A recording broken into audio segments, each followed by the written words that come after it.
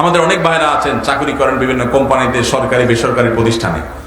যেই কয় ঘন্টার ডিউটির জন্য আপনি চুক্তিবদ্ধ, ওই কয় ঘন্টার ডিউটি যদি আপনি ফাঁকি দেন, পরে আসেন, আগে চলে যান, আর কাজের ফাঁকে নিজের কাজ কাম করেন, মোবাইল টিপাটিপি করেন, ফাঁকি ঝুঁকি দেন, তাহলে তাদের ওই ফাঁকি ঝুঁকি দেওয়ার সময়টার যে ইনকামটা, ওটা হারাম হবে। সেই ইনকামটা কি হবে? হারাম হবে। অনেক হারাম আছে আমরা যেগুলো জানি না। সুদ খাওয়া হারাম আমরা জানি, ঘুষ খাওয়া হারাম আমরা জানি, কিন্তু চাকরির মধ্যে এই যে ফাঁকি ঝুঁকি দিয়ে টাইম নষ্ট করে ওই টাইমের বেতন আমি নিচ্ছি, এটা যে হারাম, এটা আমাদের বেশিরভাগ মানুষের সেন্সও নাই। ভাইরা আমার, আল্লাহর ভয়ে আমানতদারিতা রক্ষা করতে হবে। মুসলমান কখনো আমানতের খেয়ানতকারী হতে পারে না।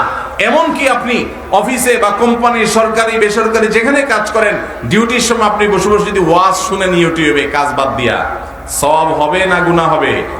কোরআন তেলাওয়াতও যদি শুনেন, সওয়াব হবে না গুনাহ হবে? ইমানদার কখনো সিসি ক্যামেরাকে ভয় পাবে না। ইমানদার ভয় পাবে কাকে? আল্লাহ রাব্বুল আলামিনকে। আমি 8 ঘন্টা করে ডিউটি করার জন্য চুক্তিবদ্ধ, মাস শেষ পুরো স্যালারিটা নিচ্ছি, অথচ আমি এভারেজে পুরো মাসে 8 ঘন্টা, 10 ঘন্টা, 15 ঘন্টা, 20 ঘন্টা ফাঁকি দিয়েছি, সেই টাইমের সময়টা স্যালারি আমি নিচ্ছি, এটা হারাম। অনেক উলামা ইকরাম আছেন, আল্লাহ তাদের মধ্যে আল্লাহর ভয় এমনটা দিয়েছেন।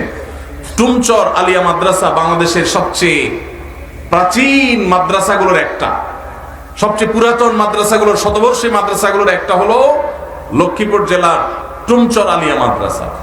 টুমচর আলিয়া মাদ্রাসা প্রিন্সিপাল ছিলেন শেখ হারুন আল মাদানী হাফিজাউল্লাহ, এখনো বেঁচে আছেন, সিনিয়র আলেম দ্বীন, লক্ষ্মীপুরের কৃতি সন্তান। শেখ হারুন আল মাদানী তিনি কিছুদিন আগে রিটায়ারমেন্টে গেছেন। কিছুদিন আগে বলতে 2-3 বছর হয়েছে সম্ভবত। তিনি রিটায়ারমেন্টে গেছেন, প্রিন্সিপাল ছিলেন ওই প্রতিষ্ঠান থেকে, তিনি অবসরে গেছেন। অবসরে যাওয়ার সময় তিনি যা সুযোগ সুবিধা পেয়েছেন, সেখান থেকে একটা চেক লিখে একটা বড় অ্যামাউন্ট, কয়েক লাখ টাকার একটা অ্যামাউন্ট তিনি মাদ্রাসার ফান্ডে দিয়ে দিছেন।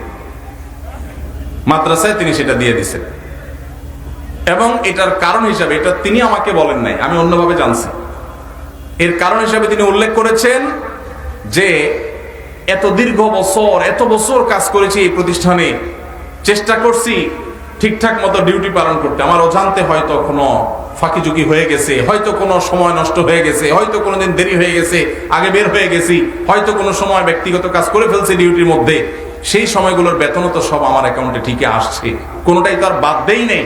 এই জন্য কিয়ামতের ময়দানে যেন দাঁড়ায় থাকতে না হয়, জান্নাতের পথে যেন বাধা হয়ে না দাঁড়ায়, এই জন্য কিছু টাকা, এর চেয়ে বেশি হবে না, এর কমই থাকবে, একটু বাড়ায়া সতর্কতামূলক দিলাম আমি দায় মুক্ত হওয়ার জন্য।